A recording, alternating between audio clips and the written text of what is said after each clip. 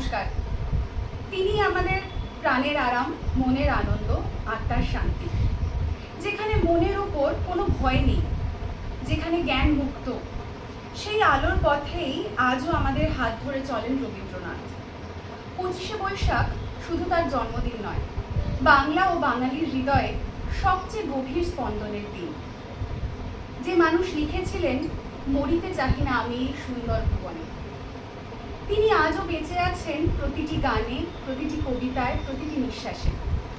কখনো তিনি প্রেম, কখনো প্রতিবাদ, কখনো প্রকৃতির রঙে মিশে থাকা এক অনন্ত বিস্ময়, আবার কখনো তিনি নিঃসঙ্গ পথিকের আশ্রয়, সাহস। তিনি শিখিয়েছেন, যদি তোর ডাক শুনে কেউ না আসে তবে একলা চলো। রবীন্দ্রনাথ মানে তো শুধু সাহিত্য নয়, তিনি এক অনুভব, এক চেতনা, এক অনন্ত আশ্রয়। বৈশাখের রৌদ্র যেমন মাটিকে জাগিয়ে তোলে, তেমনই তাঁর সৃষ্টি জাগিয়ে তোলে আমাদের মন, মনন, আমাদের মানবতা। প্রণাম জানাই বিশ্বকবি রবীন্দ্রনাথ ঠাকুরকে। তার সৃষ্টির আলোয় আলোকিত হয়ে তারই 165তম জন্মজয়ন্তীতে সুরে, নৃত্যে, কবিতায় আমরা খুঁজে নেব আমাদেরই রবীন্দ্রনাথকে। এই গান শুধু প্রার্থনা নয়, বিপন্ন মানুষের আরতি আর আশ্রয় খোঁজার গভীর আবেদন।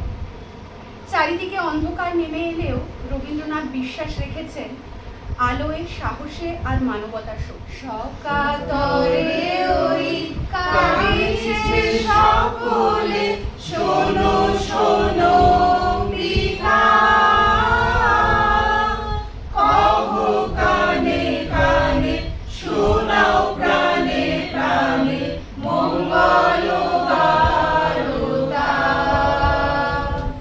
কহো কানে কানে, শোনাও প্রাণে প্রাণে, মঙ্গল বারতা। কহো কানে কানে, শোনাও প্রাণে প্রাণে, মঙ্গল বারতা।